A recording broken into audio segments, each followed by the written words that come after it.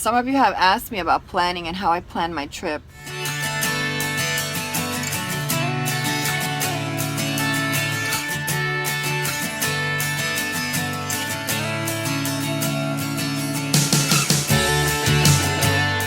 So I'm actually planning my route on my iPad, which doesn't have cellular, but I could work off my phone hotspot. I have an app that's called Route for Me, and I've been using it for a long time, and I love this app. What I love about this is I can actually add addresses, and it optimizes for the best way for me to get there. So because we're in Panama City and we came straight up here for the solar, we want to travel back, but we want to travel on the coast because we want to be able to see some of the beautiful parts of this area, which is not inland, which is out towards the water. So we're going to be traveling down that way. And then we're going to get to a national forest, and we're going to stop over there overnight. And then we'll probably do 1 or 2 Walmarts on the way down, unless I can find a free campsite on the way down there, which is really what I want to do. But Florida is really difficult for that. There's a lot of places that you are not allowed. They're mostly all paid RV parks, and I refuse to do that. So for me, if I'm just going to sit and edit and make dinner at night, it doesn't pay for me to pay $60, $30, $40 for an RV park.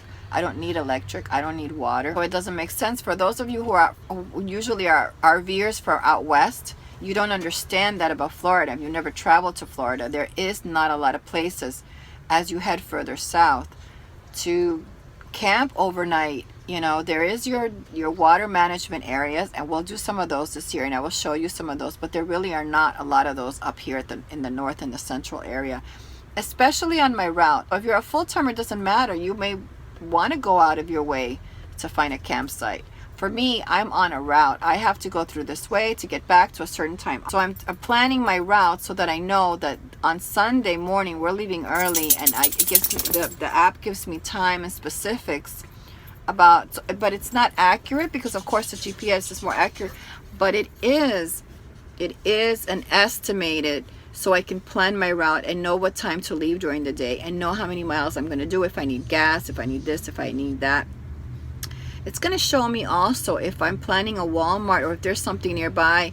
Maybe I can go up, like the GPS will show me on route, but there might be something that I can go off route a little bit, 2 or 3 miles, that if I press the GPS app to say on route, it's not going to show me that Walmart.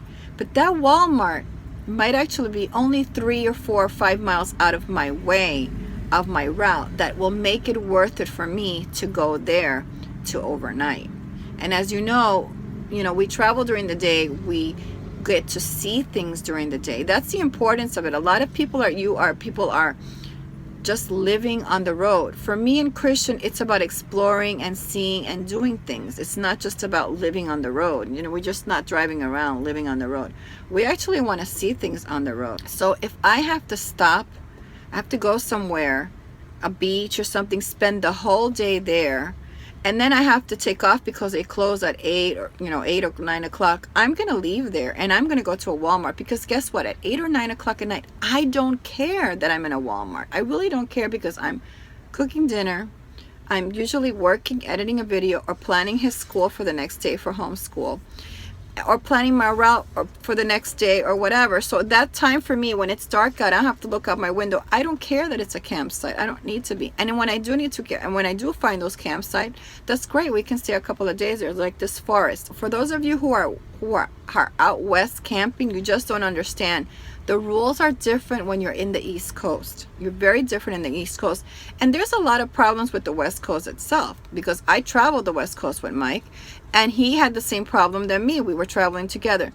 There's not a lot of great places to stop that will take a big RV that are safe, to park in. They're usually bumpy, they're hard to get to, but a smaller rig like this is why he bought a truck camper. This is why I bought a truck camper, because we knew that this is how we wanted to travel, and he wants to travel that way, and I want to travel that way. Or if I'm a van dweller, I will not be going to a large rig anymore, because it doesn't give me the freedom to do the things that I want to do and the places to go. The same thing with the beaches in Florida. The beaches in Florida have very small parking spots, and you're not going to be able to get a 24, 28, 30-foot travel trailer or fifth wheel or Class A in a lot of the beaches in Florida if you want to be near the water like we did. We were able to park right on Panama City Beach because we had the perfect size rig. Or if you have a van, it's perfect, you can travel in that.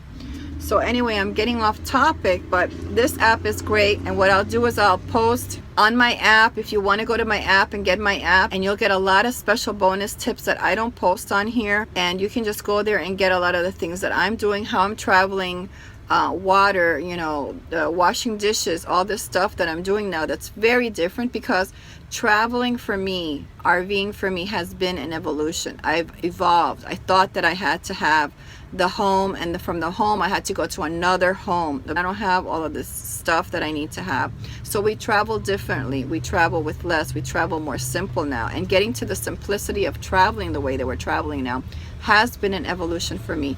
Hence the name SimplyRVing, because it has taken, and it's been about me evolving, and I'm still evolving as a person, because I still do bring stuff, and I do have things also that I don't use that I think I need sometimes. But there's an evolution, and eventually with the future, if I do continue this channel, I will probably downsize once Christian moves out.